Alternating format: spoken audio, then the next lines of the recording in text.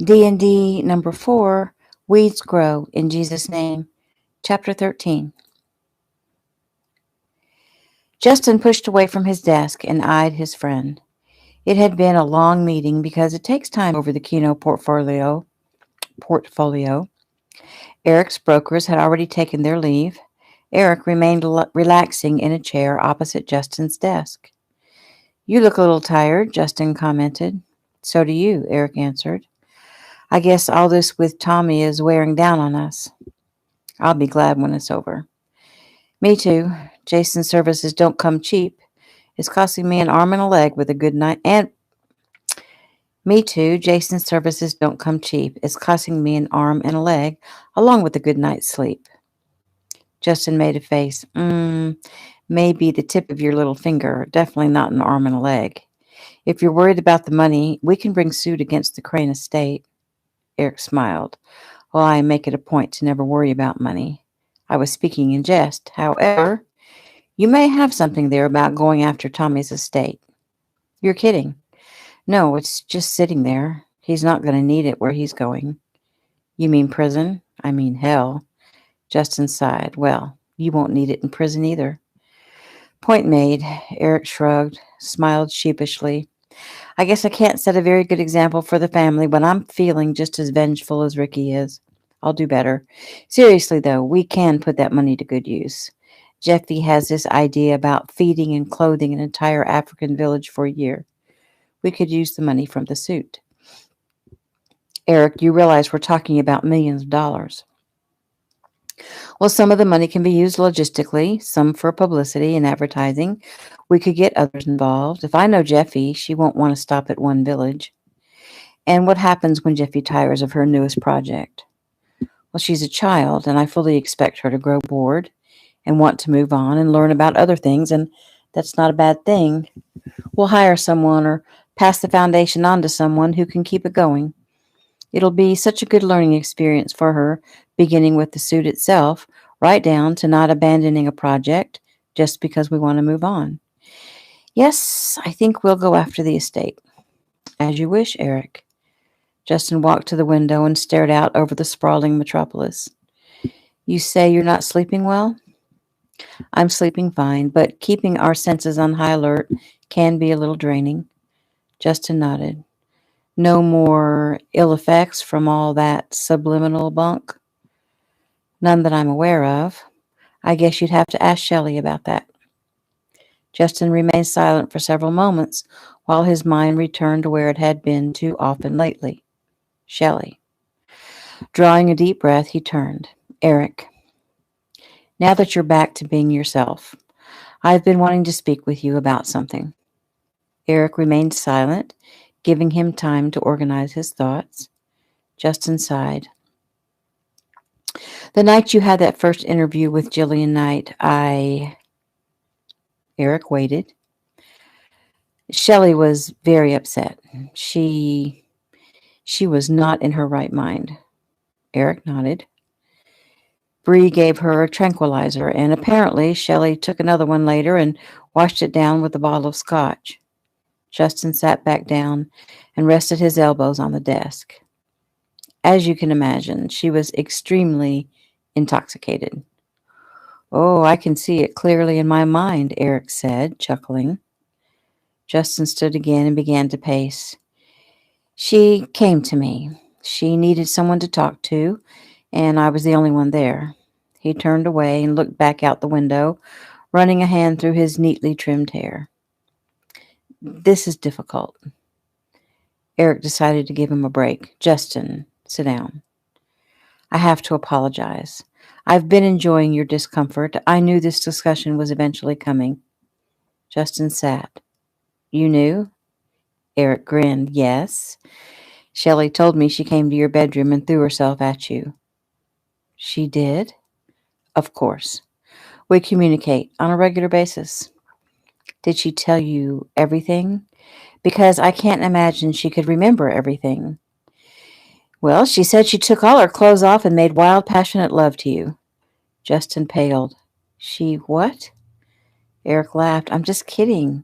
Justin, you have to lighten up." "Lighten up," he sighed. Just listen, Eric. She was crying, and she needed to know she was still, well, attractive. You mean desirable. Darn it, yes, desirable. And was she? Good grief, Eric, give me a break. Eric chuckled. You seem to need to talk, so go ahead. I'll try not to interrupt. Eric, she grabbed me. I tried I tried to pull away, but she wouldn't let me go. Eric's lips twitched, but he remained silent. She stumbled around and we fell onto the bed. And when I tried to get off her, she put me in a headlock. I swear I couldn't get away. She pulled me down and kissed me. Now, Eric, she wasn't in her right mind. She was even calling me by your name. She didn't know what she was doing. But you did. Justin slumped onto the desk. Yes, I did. Eric was silent for several moments. Are you telling me you had sex with my wife? Justin stood. No, of course not. Justin, sit down, relax. I'm just playing with you. Okay, all jesting aside, what is it you really want to tell me? Justin sat and breathed. I was, he stopped. He just couldn't say it. I don't know how to say this. You were aroused? Justin laid his forehead against the desk blotter. Yes. Eric shrugged. Well, who wouldn't be? A beautiful, intoxicated woman comes to your bedroom late at night and throws herself at you. You're a man. I can't blame you for that. Justin looked up. Eric, I'm your friend. I'm supposed to be your loyal friend. I had visions of making love to your wife. Do you still have those visions? Justin looked down. Occasionally, he admitted. Eric grinned. She's pretty hard to forget, huh? Lord, help me. Sorry. Look, Justin, every once in a while I have visions of some sexy scene I saw in a movie or something. We're men. Men are visual creatures. Just the thought of some scene can get to me. It happens. We're not talking about an actress I'll never meet. We're talking about Shelley, your wife, my friend, the hot little number you're married to. Eric sighed. Would it help you if I get you in the ring and take you down, just beat the heck out of you and tell you to never touch her again? Maybe. Okay. Then I'll arrange it. For now, let's do lunch. I'm starved, and I'm sure Jason's man that's waiting on me outside will be happy to get to eat. New scene. They'd cuddled again until they'd fallen asleep. Ricky stirred and gently rubbed his hand over Bree's arm. He knew he shouldn't be in her bed because he was tempting fate. He was wrestling with his own thoughts when he sat straight up, listening intently. Bree rolled over. What is it? She asked sleepily. He sprang from the bed. Go to your room, now. Go to your mom, now. Move. He was out the door. She got to the bedroom door just in time to see him swing himself over the railing and land softly on the foyer floor below. She looked down the hall to see Eric fly from her mother's room and head down the back steps. What in the world is happening? She hadn't heard anything. Then, just as she had that thought, she heard yelling and cursing and glass breaking, and Mark flew past her. Go to Mom's room. He disappeared over the railing. Screw that, she thought. She made her way down the steps. Ricky stood at one entrance to the kitchen. Eric stood at the other. Mark stood beside Ricky. Bree tried to peek over their shoulders. Stupid lowlife, Joey said, as he whipped around and delivered a tornado kick to the red-headed man's stomach.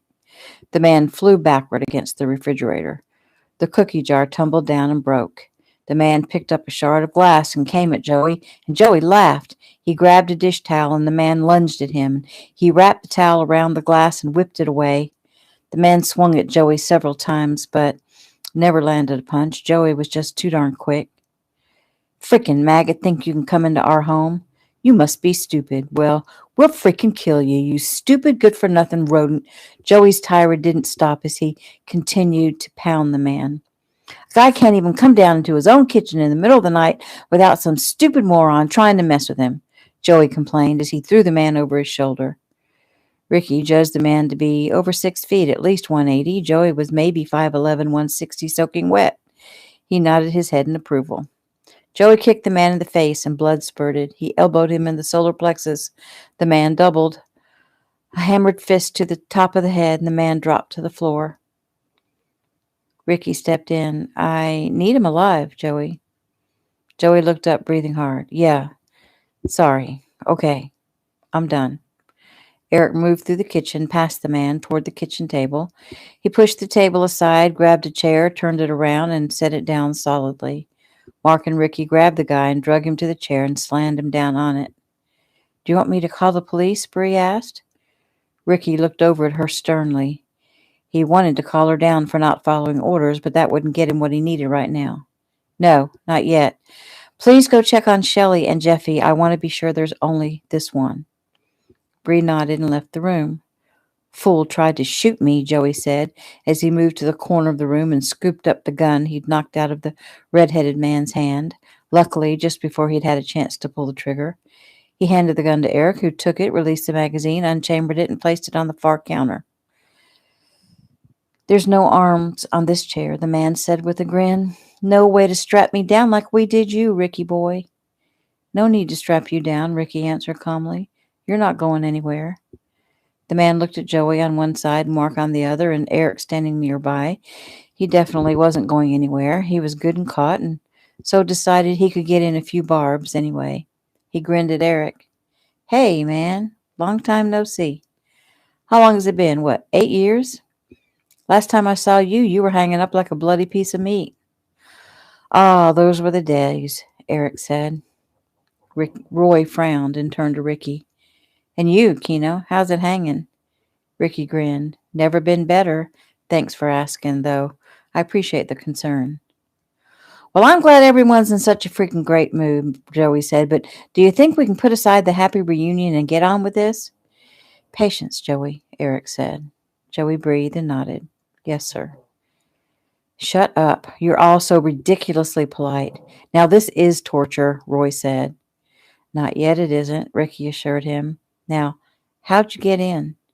Roy shrugged. Wouldn't you like to know? Yes, Ricky said calmly. He looked at his father, patting his boxers. I don't seem to have my knife on me. Would you mind handing me one of those steak knives? Eric eyed his son, trying to decide quickly the best road to take. They were walking a thin line. Still, they needed the information in order to protect the family, and that came above all else. He turned toward the knife caddy, pulled out a small paring knife instead, and handed it to Ricky. Ricky looked it over. That will do. He motioned to Mark. Mark, headlock, if you don't mind. Certainly, Mark said. He stepped forward and wrapped his arm snugly under Roy's chin and secured it with his other hand. The man resisted, but Mark held him firmly. Ricky inserted the knife into Roy's nose. He winced. Please. As I was saying, yes, I'd like to know how you got in. The guy didn't even hesitate. I was in the trunk, he ground out between clenched teeth as Mark held him. Ricky nodded at Mark. You can let him go. If he tries to move, there's no telling which way the knife will go. Up into the brain, maybe out through the skin, possibly in toward the eye and nasal passages. And I'm having to use my left hand thanks to Tommy, so I suggest you be very still. He didn't bother to say that he actually was left-handed. Mark slowly let go, and Roy stayed very still. Now speak slowly so you don't accidentally hurt yourself, Ricky warned. In what trunk? Silver Impala. Ricky nodded. You got into the trunk while the boys were in school? He started to nod, but the pain stopped him quickly. He drew a sharp breath as blood trickled down his upper lip. Ah, look what you've gone and done. Don't move. Just speak slowly. How did you get into the house? Came in right away, right after the boys, through the kitchen door, before the alarm was turned on for the night. Then I hid in the library. Good, Ricky said encouragingly. You're doing real good. And your mission? He was silent. Ricky pushed the knife up a little further, and blood gushed down. Roy began to whimper. I was supposed to get the kid. Bring her to Tommy. Why didn't Tommy just get you to kill her? It would be easier than transporting a kicking, screaming kid. She wouldn't be kicking and screaming. In my pocket, there's a syringe. We were going to put her out, sneak her out of here, get her out to the beach. We have a man there in a boat. Ricky nodded, the visual of his baby sister but his baby sister's tiny unconscious body being taken away, causing his heart to pound. He cleared his mind. The man waiting in a boat would be long gone since seeing the lights in the house come on. Why does Tommy want you to bring Jeffy to him? He wants to be the one to kill her. He says he promised his brother the last time he spoke to him that if anything happened to James, Tommy would avenge him. He's really mad that they wouldn't even let him out of jail to go to his brother's funeral. Ricky sighed. Yeah, I'm all broken up about that. So here's the big one. Where is Tommy? Roy began to cry. Man, if I tell you, he'll kill me. He won't be able to do that if I kill him first. Please, man. Where's Tommy? Ricky said a little louder. The man only whimpered. Where is he, you sack? Joey yelled. Okay, let's calm down, Ricky said softly. How about a smaller question like, is he within 10 miles? No. 20? Yes, Roy said. I can't breathe. Calm down, you're doing fine, Ricky said, feigning concern. He waited for the man's breathing to slow. Okay, let's try again. Tommy, is he in a house? No. A business? No. Ricky thought. A vacant building? No answer. Okay, so he's in a vacant building within 20 miles of our home. You're doing good. See how easy it is? No more, please. Just a few more questions and you'll be done. You want to be done, don't you? Yes. Okay, is he north or south? North. Near the harbor or further east? East, near the reservoir. There's some abandoned buildings out that way near the state park, Mark said. Ricky eyed him. How you know about that we'll talk about later. He turned back to the man. Are we getting warm? He's going to kill me.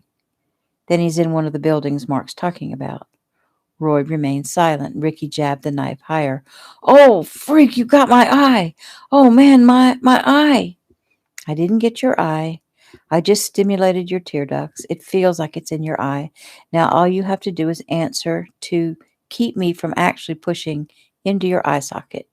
You may as well tell me. You've given me so much anyway. Or we can keep playing 20 questions. It depends when you want some relief. There's an old bridge that crosses the river just past the buildings he's talking about. Across that bridge, there's 2 old buildings. One used to be like a general store or something. It has a large porch. Tommy's there. There now, that wasn't so bad, was it? Roy sniffed and choked. Ricky pulled the knife out just as he went into a fit of coughing. One more thing. Is Beth still with him? Roy wiped blood from his face with the towel Eric handed to him. He nodded. He keeps her locked up in his room.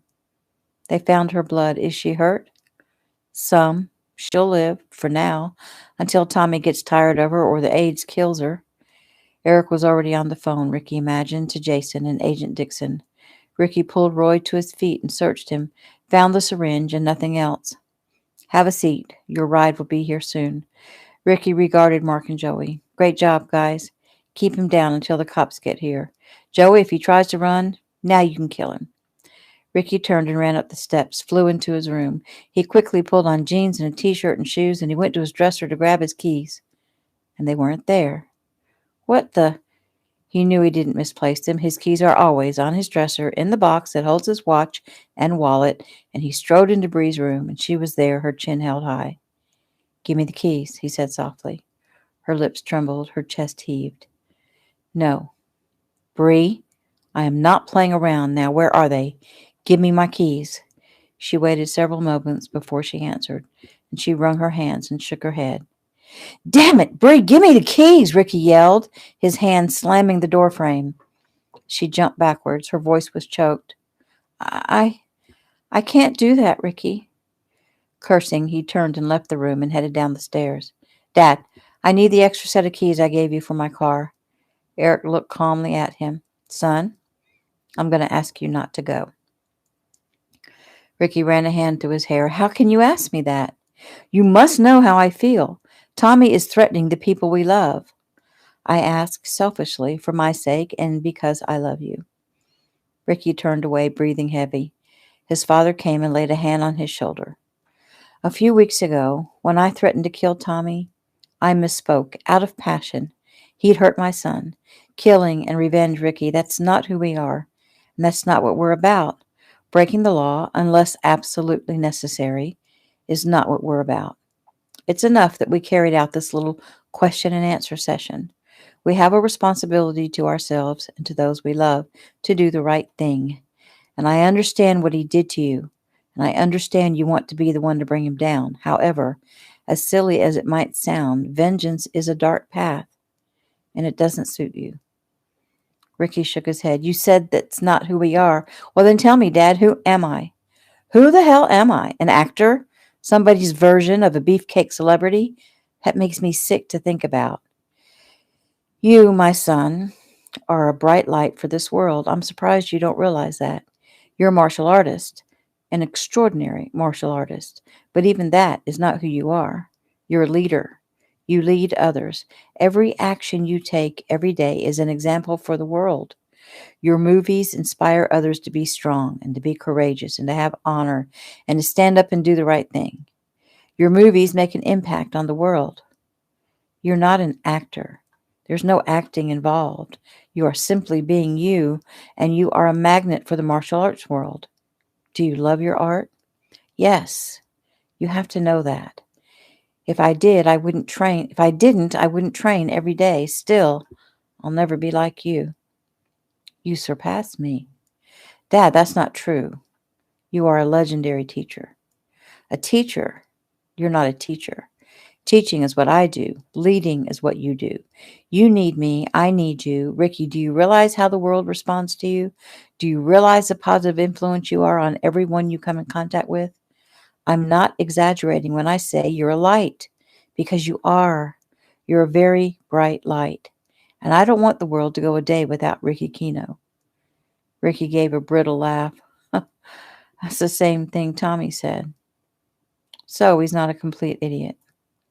However, remember, the demons immediately recognized the brightest light, the Son of God.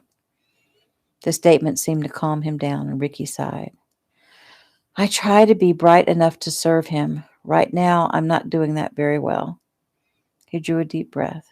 So, what now? There are already agents on the way to pick up Tommy. We should know something soon. Now, though, I have to ask something else of you. What is it? Will you please go upstairs and make amends with Bree? I don't know. I'm pretty mad at her right now.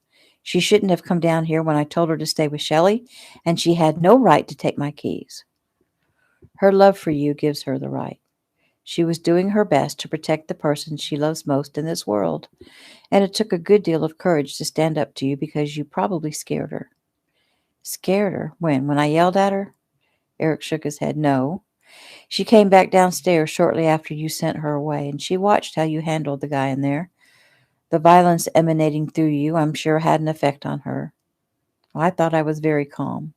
You were, but she's connected to you on a more basic level than the rest of us, and she can feel it. She was pretty shaken by the time she slipped back upstairs. Collateral damage, Ricky muttered. I'll go see what I can do. But I'm still mad that she disobeyed me.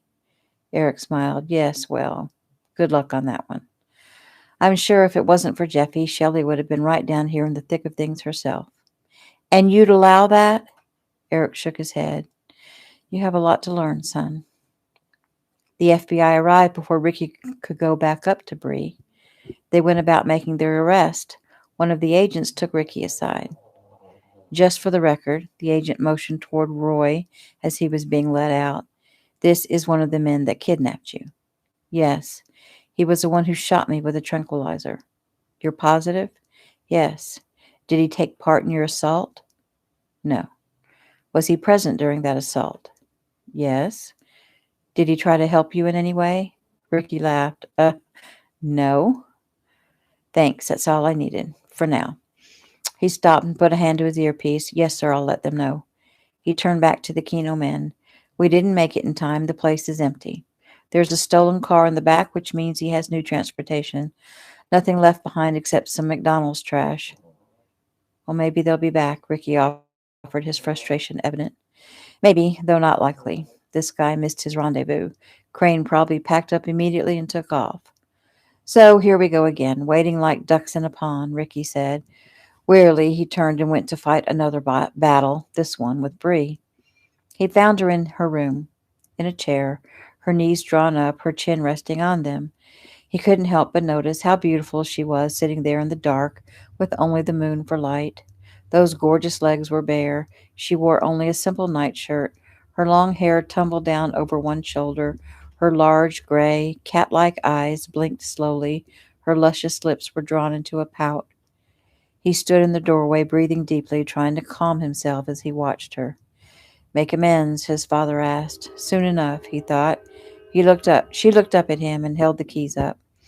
He went to her and gently took them from her and tucked them in his pocket. You know, you made me furious, Ricky said. I know. He sighed. I understand what you were doing. You do? Well, I think I do. You were protecting me. Yes, I was. And me. Because I can't live without you. He nodded. So you can understand how angry I am with you about not doing what you were told. She stood.